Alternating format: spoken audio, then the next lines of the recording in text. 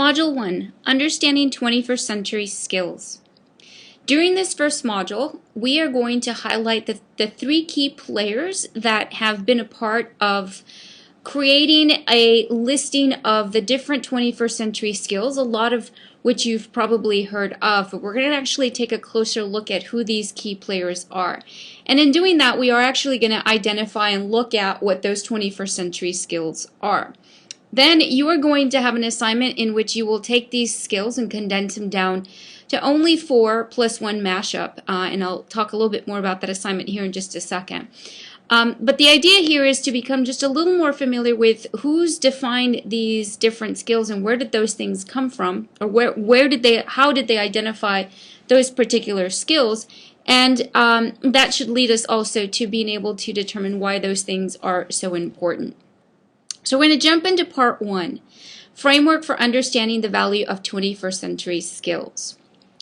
So in one of Ken Robinson's TED Talks on how schools kill creativity, he talks about how the students that are in our school today would be retiring roughly around 2065. And this came from a TED Talk that was a few years back. So really we're looking between 2065 and 2070. If we think about our students retiring at that point, entering either the workforce or college, it's hard for us to predict what the skills are going to be that are going to be required that many years from now. And so it's a little hard to dictate what it is that our students should be learning today to be successful so many years from today. And so what Ken Robinson says is that we need to teach our students how to learn on their own so that they're able to problem solve and troubleshoot past any issues that may come about. And so that this is actually an extremely critical skill that our students need to learn before they leave our school so that they can become successful in a world that we know very little about.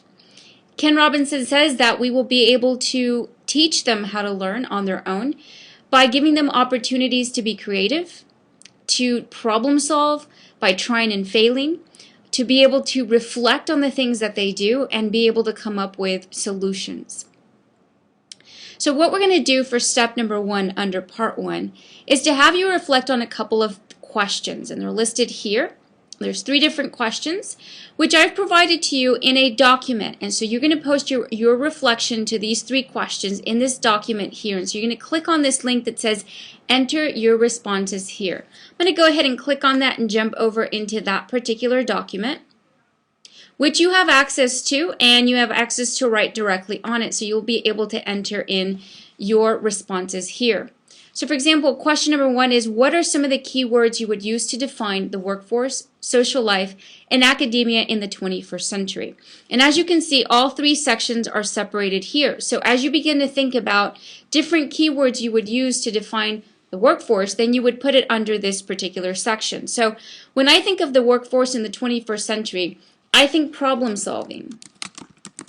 Just about everything that we do in a work environment, at some point we're going to encounter something that requires some sort of troubleshooting.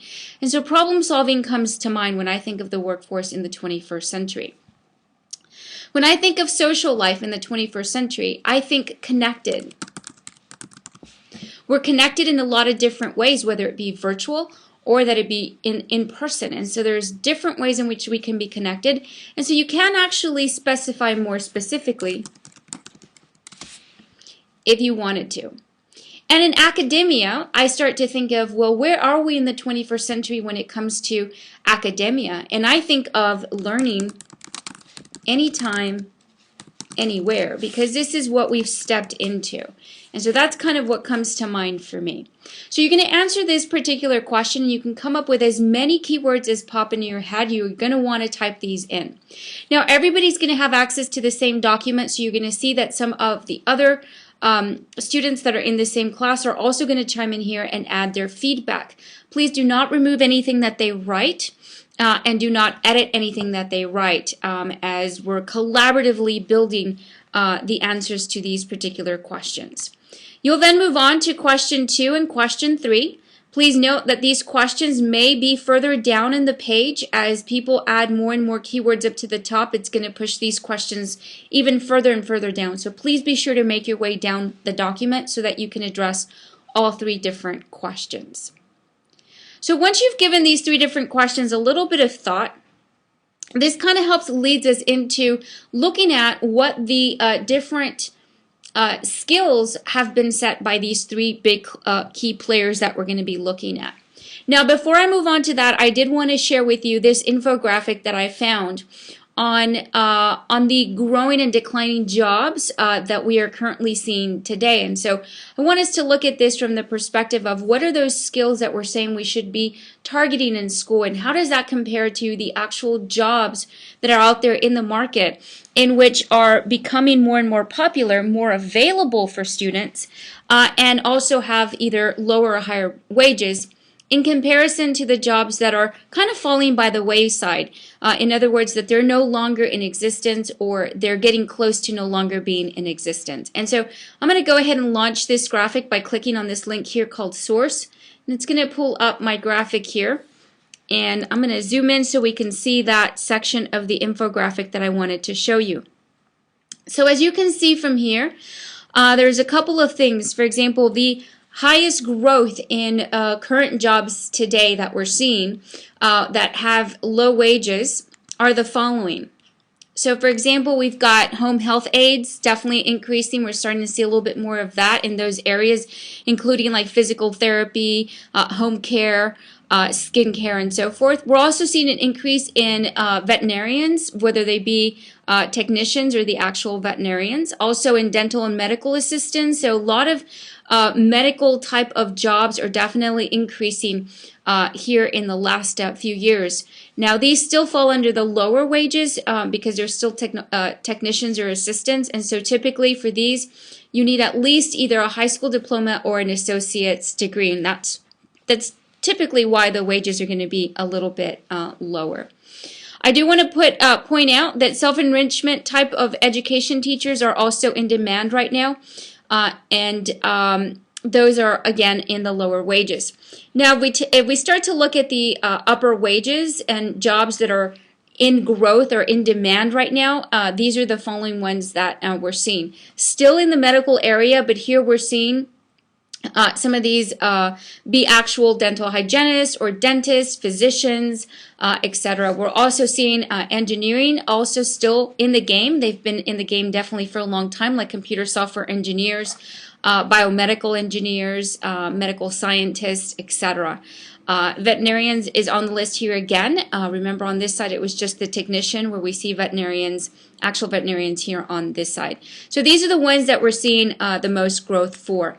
I do want to point out really quickly that we're seeing a decline in some of the jobs that we've spent a lot of time definitely looking at making sure that we prepared our students for. But there are some jobs that are definitely on the decline. For example, desktop publishers, we're starting to see a little bit less of that particular title, as that's becoming something that is being required of administrative assistants to be able to do, as opposed to having a dedicated person for something like that. Semiconductor processors, those used to be very popular when the semiconductor industry was huge, and now some of these types of jobs are falling to technologies that can now do these things automatically as opposed to needing a person. And so some of these jobs, as you can see on this list, are becoming fewer and fewer and no longer as available as before. Some of the higher paying jobs that are beginning to also disappear are people like file clerks, shoe machine operators. Again, some of these are being replaced by technologies that are actually able to accomplish some of these tasks without actually needing someone to man a tool or a technology, or actually do it themselves. So I found this pretty interesting. I thought it definitely led for us to think about how it is that we educate our students. What is it that we're spending our energy on when we work with them in the classroom, and the skills that we're looking at as far as what we're teaching and where our efforts are. And I think this once again really ties back to what Ken Robinson said, in that we don't know what the job workforce is going to look like in even 5 or 10 years from now, let alone 2065 or 2070. And so it is important, like he said, for us to teach our students critical skills that are lasting regardless of the types of jobs that are available, like learning how to learn on your own. You can check out that infographic. There's definitely a lot more detail to it. I just covered just that one section, but by simply clicking on this link here that says source, you'll be able to go ahead and watch the rest of that, or take a look at the rest of that infographic and the data that's being shared there. Next, we're going to take a look at a video called Bow Drill Set. I'm going to show you just a little bit of that particular video. And when you go in and watch the entire video, I want you to think of the following two questions. What skills is the learner showcasing in the video that you're watching? And after you've finished watching the whole thing, think about how we could possibly get every student to that particular level. So I'm going to go ahead and come over here and play. Like I said, I'm just going to play a little bit of this video. You'll be able to watch the whole thing on your own when you get to this particular module. But let's take a quick listen.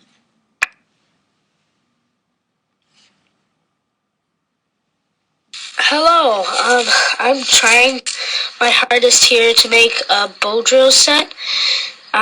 See this is my spindle, and this is my block that you put on the top. So when you're spinning it around like that, so it won't melt into your hand. And then this is the bow that I use, and I just use some paracord, nylon paracord. And then this is the hearth that's made out of yellow cedar. The hole is right there, and I tried another hole, but that was too deep, so it didn't really work. And then this is the tinder, it's just normal dry lint. And I'm going to show you how I do it. And I'm doing it wrong. I know I am. And please comment down below so you can teach me how to do it. Okay? Okay, this is another part of how I actually do it, and I'm going to test it out. And once again, comment down below and tell me what I'm doing wrong. Alright, so I'm going to go ahead and mute it there, and I'll let it continue to play. So from this particular video, hopefully when you watch the whole thing, you'll be able to assess and kind of look and see some of the skills that this student is illustrating. And so please do watch the entire thing. What I'm looking for here is for you to identify, just based on what you can see, some of the skills, like for example, communication. He's very clear on the parts that he's using. He's identifying all of the different tools and what they're made out of, what kind of wood, what kind of the dryer lint that he's using, the type of cord that he's using, etc. And so that's critical information that he's providing, which is a critical skill that's needed in order to communicate effectively when you're in a virtual space, because we're not physically there, and so we can't actually put our hands on these materials and be able to identify what they are. And so he needs to give us more information about it, and he did that quite well. And so that is definitely a skill that he's illustrating in this particular video. So please do watch the whole video so that you can then identify all the other skills that that student is that he's demonstrating in that particular video. Once you've addressed that question, and you're going to basically just reflect on your own, you don't have to jot these skills down anywhere, but you're just reflecting on your own. The second question is going to be, how do we get every student to that level? How do we get them to where they need to be, especially to get them to where that particular student might show some of the skills that we see from this student in this particular video. So how can we get every student there? Once you reflect on that particular question, we'll then move on to the key players. And I'm going to simply highlight who these three key players are and what those skills are. But I've got a lot of different links in here in which I will want for you to just kind of take a look and investigate and learn a little bit more about these three different key players. So I'm going to go ahead and start off with the first one, which is ISTE.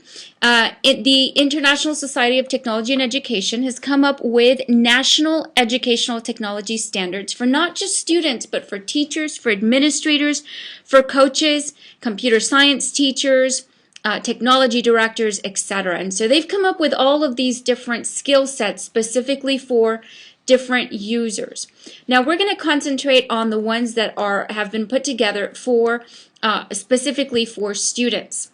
Okay, and so ISTE has identified the following 6 particular skills that are critical for students to be able to master before they leave our schools.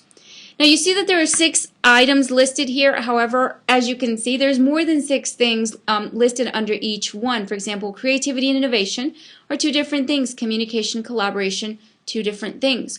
But they've lumped them together and listed them in this way. To get more information on on the standards for students, you simply click on this link here, and that's going to take you to a full description of what each of these different 6 critical skills are. And so please review those so you can get a better understanding of those.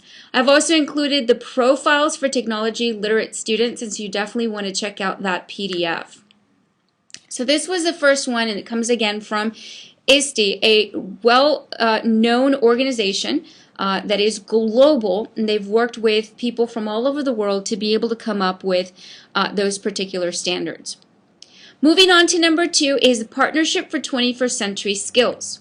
They've developed their own set of skills, and they are a consortium or a group of businessmen, educators, people from communities, and people from even the federal and state government. And they've all come together to be able to identify what are these critical skills that our students need to learn.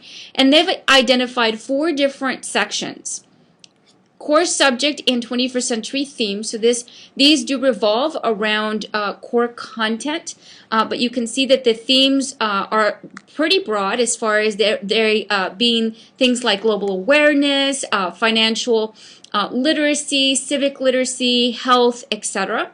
Learning and innovation skills, including being creative, being innovative. And hopefully some of these are starting to sound familiar if they hadn't before, but we just covered some of these in ISTE's nets.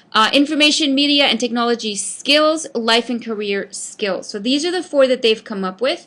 And up here at the top, you'll see that I've linked 2 different items. The P21, it's the Skills Framework, and then Framework for 21st Century Learning. You're going to definitely want to take a look at those 2 links to get more information from the Partnership for 21st Century Skills and their core skills. And lastly, we're going to be taking a look at Tony Wagner's 7 survival skills. Tony Wagner went out and did a lot of research with schools as well as with businesses. He went out and he interviewed a lot of different companies and found out from them what it was that they were looking for from new hires. So whenever they would hire a new person, they were looking for very specific skills. And what he found was that these skills that they were looking for were very different from what he found that schools were teaching, because a part of his research also led him to go into schools to be able to assess and see what are we teaching in the classroom. And what he found was that there was a gap between what companies want from their employees versus what we are actually teaching our students. And therefore he came out with his 7 survival skills, and they're listed here. So he's listing things like critical thinking, problem solving, collaboration across networks, adaptability, effective and oral and written communication, curiosity, and imagination, etc. So you'll definitely want to take a look at these as well. I've also linked a little bit more information on Tony Wagner and his 7 survival skills. I also have linked here a video where he explains and talks about these different 21st century skills that he's identified. Once you've gone through all of these, you'll notice that there's definitely some crossover between them. A lot of them even use the exact same words. And there's no surprise given that these are definitely some skills that even us ourselves actually have to put into practice in our own jobs. Some of these words, which we should have identified when you filled out that particular document when I asked you what are some keywords you think of when we think about workforce today, as well as social life and academia. So these words should begin to all cross over.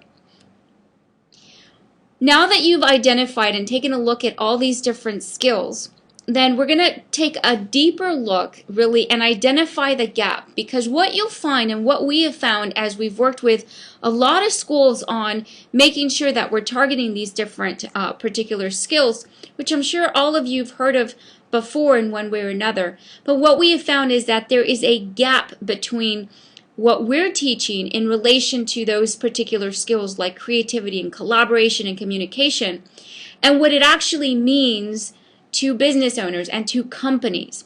And so I want to share with you two things here. One is a quote, and then the other is the graphic right below that.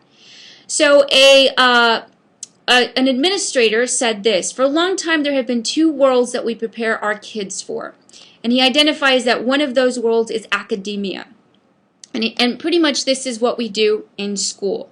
Okay, we teach them what they need to learn in the academic world. But what he's referring to here are these different skills that we're talking about. That even in academia, creativity means something very different than what it means in the real world. And so he follows by saying, what I see in 21st century learning is a blending of the two, so that we can narrow the gap, so that we're teaching 21st century skills not just for the sake of school and academic purposes, but also preparing our students for the real world, so that they're actually critically thinking about things that actually happen to them in their lives in the real world. So that's what this particular superintendent had to say about 21st century skills and what we're actually teaching in school, what's actually happening in the real world, and the gap.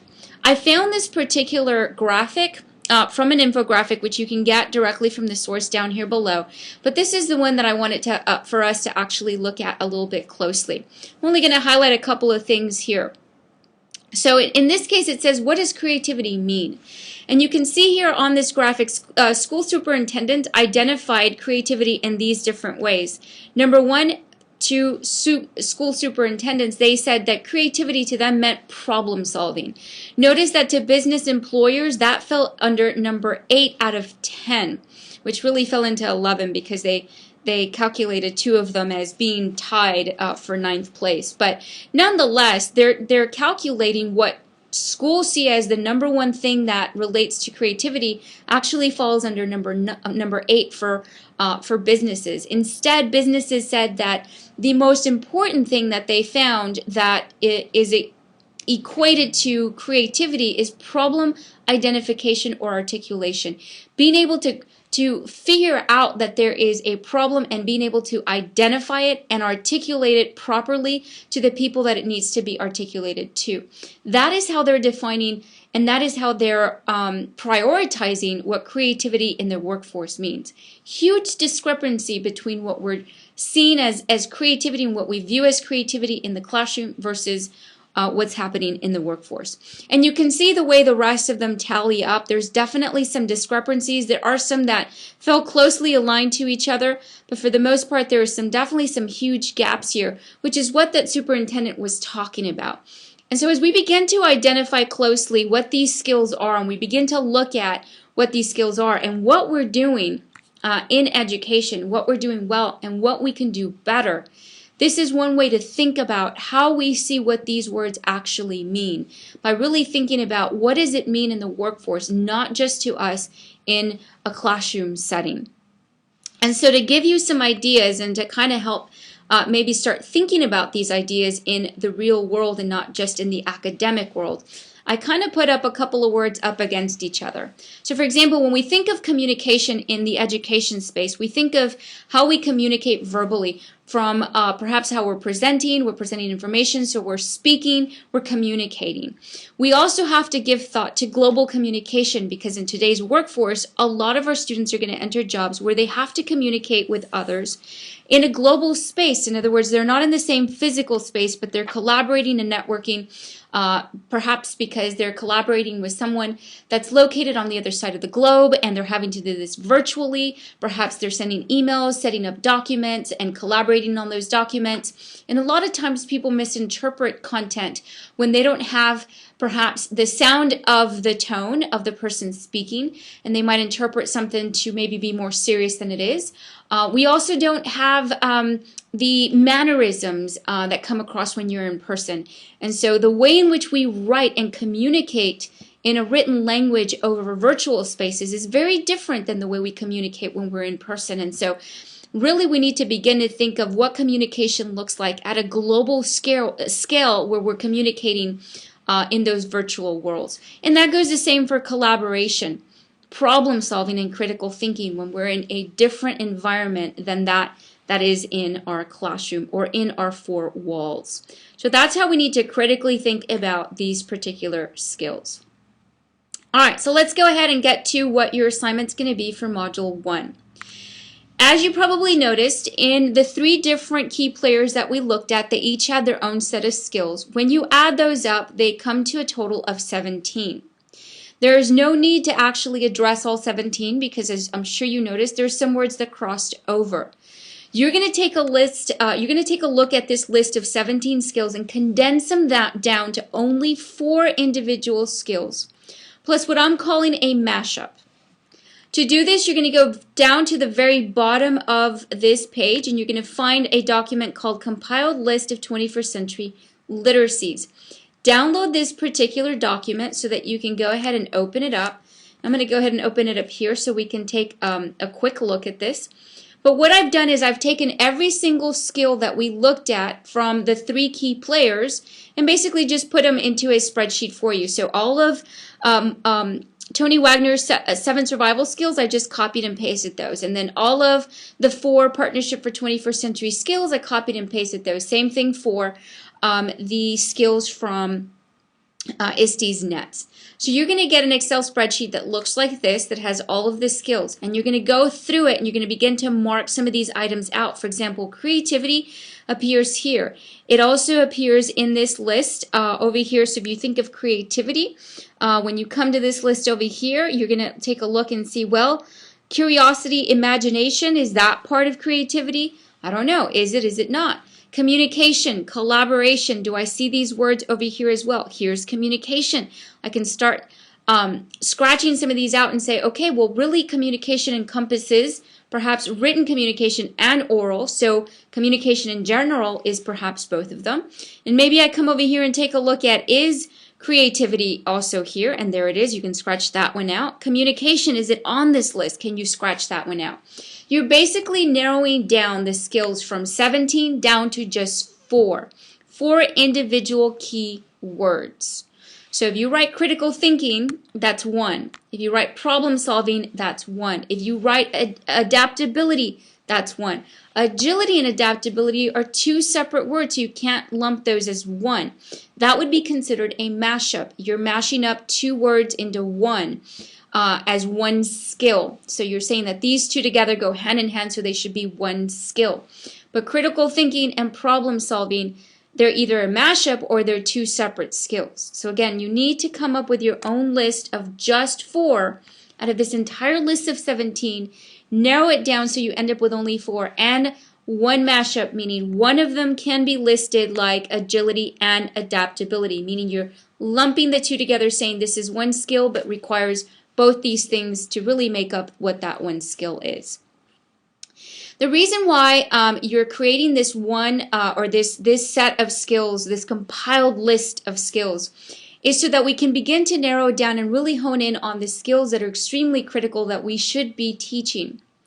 After you do that, you are going to be looking at what these skills mean, and so you're going to want to define what they mean based on what you've identified them as. And so that's going to be really, really critical.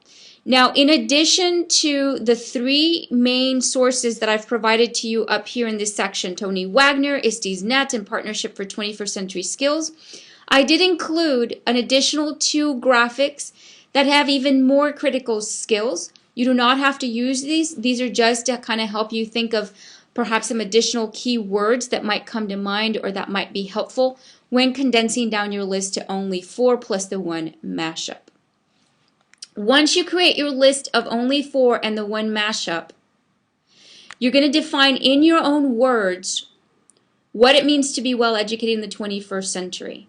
By simply identifying those key words, you're going to give me the definition for each of those particular key words. So let me show you what you're going to end up with here so that you can get a better idea.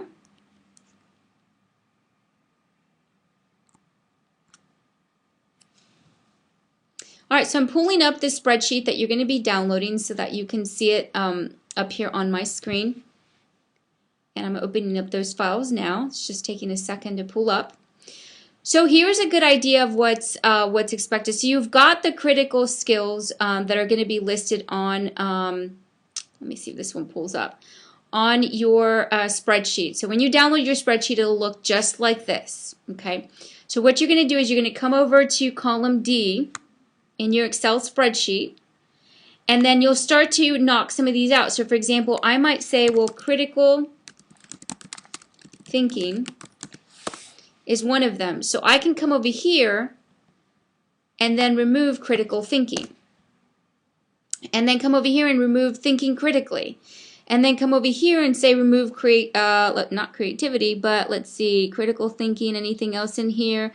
Perhaps I think that problem solving and decision making is a part of critical thinking, and so I could basically just delete that one altogether. So you're going to begin to eliminate one at a time. And then you'll eventually end up, like I said, with your 4 skills here. Once you have identified your 4 skills, then you're also going to define it. What is critical thinking? Well, in this next cell, I'm going to then put the definition for what I think critical thinking means. You're going to identify, you're going to put on here, what does critical thinking mean? Okay, so that's what you're going to be working on when you actually get access to your spreadsheet. And again, that spreadsheet is located at the very bottom of this particular page. So you go down to the very bottom and you're going to click on the arrow to download that particular file. You're not required to download the other 2 files that are located here. Those are just additional resources for you. Okay, so that is your first assignment for Module 1. The second assignment is for you to define in your own words what it means to be well educated in the 21st century. In your own words, you're going to think about the things that we've looked at in this particular module. You're going to think about your own experience and the things that you know about the 21st century, and you're going to identify what does it mean to be well educated in the 21st century. You are then going to post your response to our TCA's social community. And I'm going to show you next how to actually access the social community. So you're going to go over to tcea.org. So I'm typing in the URL. So you're going to type in tcea.org, and that's going to take you to our TCA website. Once you get there, up in the top right-hand corner, you're going to see that it says log in. Every person that's enrolled for this class has a login to get into our social community. This is how you logged in to be able to select and register for this class. If you do not know your login, then you can contact Chris Kelly at ckelly@tca.org, which is an email also located on this site, so you'll be able to get to it. I'll show you here in just a second. All right, so I'm going to go ahead and log in to my account so it takes me right in. Once I'm logged in, over on the left-hand side, you're going to see a lot of different options. And you're looking for the one that says Social Community, which is towards the bottom. I'm going to go ahead and click on that, and it's going to take me into the social community. And hopefully you've already been to the social community. If you haven't, this is a space for educators to come and collaborate and communicate, share resources, maybe post questions about things that they're using or perhaps an initiative they have going on in their campus and they want to find out from others what they're doing. You can come into the community and post those questions and hopefully get some feedback from other educators. And so this is a good spot or a good place to go to get that information. If you're not already a part of a group, there is a drop-down menu for groups. You can click on groups here. You can click on all groups to take you to the all group section. And what I want you to do when you get to the all group section is to go ahead and in the all group section is sift through them, find a group that you're interested in based on what you do. There are some in here that are specific to administrators, some specific to advocacy, some specific to K through 2nd teachers, some for librarians, etc. So there are all different kinds of groups. Find a group that is open. It's an open group, meaning you can join it. You're not having to pay to join, or you're not having to request access to it. It's completely an open group. For example, I belong to the iPad group. I belong to the Google group. Once you find the group that you want to post to, you simply click on that group. And once you're, of course, already a member, you can then say discussions. And you click on discussions, and that's going to allow you to then go ahead and post your discussion. And again, you're basically, your discussion that you're posting is going to be that reflection to the question that I asked. So once you click discussion, the tab discussions, you're going to come over and say new discussion. And you're basically starting this discussion with this group. And you're addressing the question, what does it mean to be well educated in the 21st century? So you can throw that question out to the community and be, of course, the first one to actually put in your opinion about what it means to be well educated in the 21st century. And then ask the community people, what do you think? Do you agree? Do you disagree? What do you think it means to be well educated in the 21st century?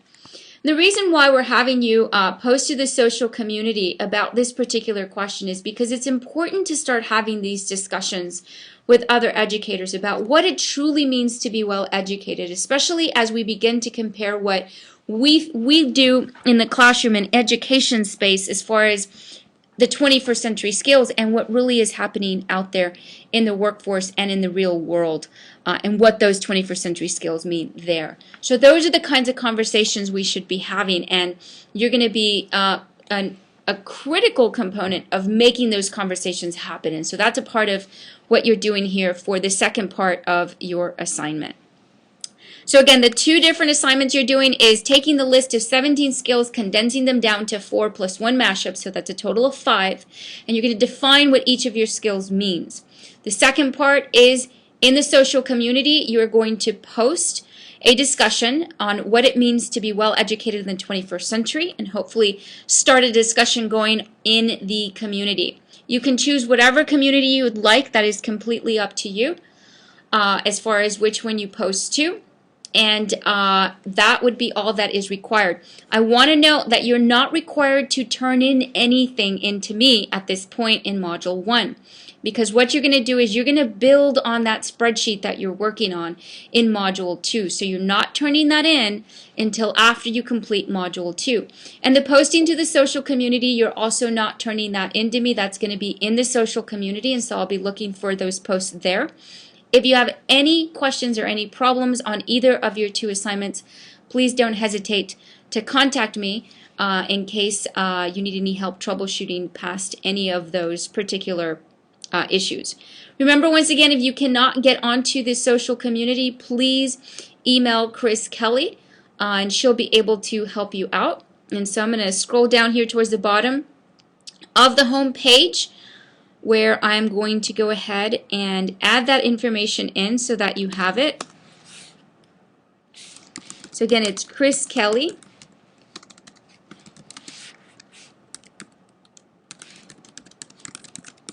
And she'll be able to help you out with that. So this will be available down here. And once again, if you have any questions, you can also contact me with any of those questions, and I will gladly help you out. Once you've completed all of Module 1 and your two assignments, then you have completed Module 1 and you are now ready to move on to Module 2.